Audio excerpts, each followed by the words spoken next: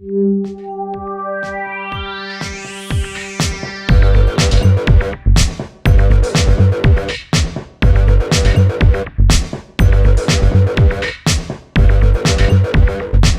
hot, just the way you like it. Here's your weekly serving of food, news, and views. Tim Beeman, Stephanie Hess, and Nikki Miller-Ka are Tart and Tangy Triad. Hey guys, this is Tim from Tart and Tangy Triad, reminding everyone to go to the website tartandtangytriad.com, like us on Facebook, and follow us on Twitter. If you're wondering, the birthday, my birthday that is, that happened yesterday, November 20th, was awesome. I didn't do anything, and that's the kind that I like. I like to not do anything on my birthday. Now, tonight, that's a different story. Things are going to happen. I can't tell you what that is. It's a secret. Anyway, this week, Stephanie tells you a little bit of history about gingerbread, which I don't know that I've really ever had gingerbread. Maybe I have. I know I've had ginger snaps and ginger cookies and stuff like that, and I like ginger ale and other ginger things, but I don't know that I've ever had gingerbread. I'll have to make sure that I do, to make sure that I like it or don't like it. We'll see. And Nikki tells you about her adventures in Vegas. So until next week, the 25th of November, my name is Tim, saying thank you for watching, thank you for listening, bon appetit. Hi everybody. If you're watching this on November 21st, then happy National Gingerbread Day.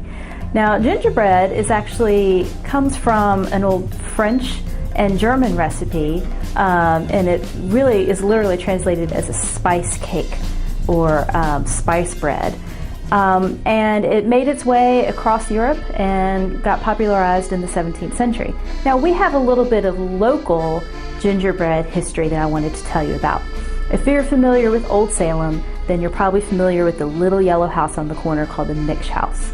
Well, the lady who lived in the Mix House had a special spice bread or spice cake recipe that she made. And in fact, she used that recipe to support her family in very lean times when her husband wasn't able to work. That recipe has been passed down through the years, and you probably continue, if you live here in the Triad, to eat a little bit of it every year when you eat those good old Moravian spice cookies. Those originally came from Miss Martha Mix back in the 1700s. So whether you get them from Old Salem or Mrs. Haynes, either way, there's a little bit of local history there. So enjoy. Have a good weekend. Hi everybody, I hope you listened to this week's episode, and if not, you should go to iTunes or Stitcher Radio and download it right now, and you can hear all about my adventures in Las Vegas and hear about how I placed and where I placed in the World Food Championships. Until then, see you guys next week.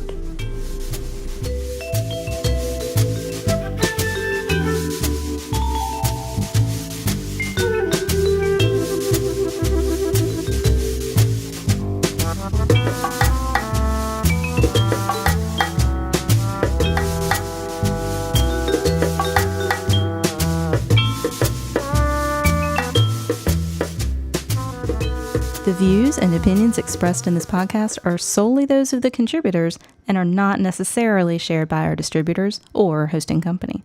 This podcast is copyrighted and cannot be reproduced without express written consent of such and such Limited, Inc. Yeah, girl.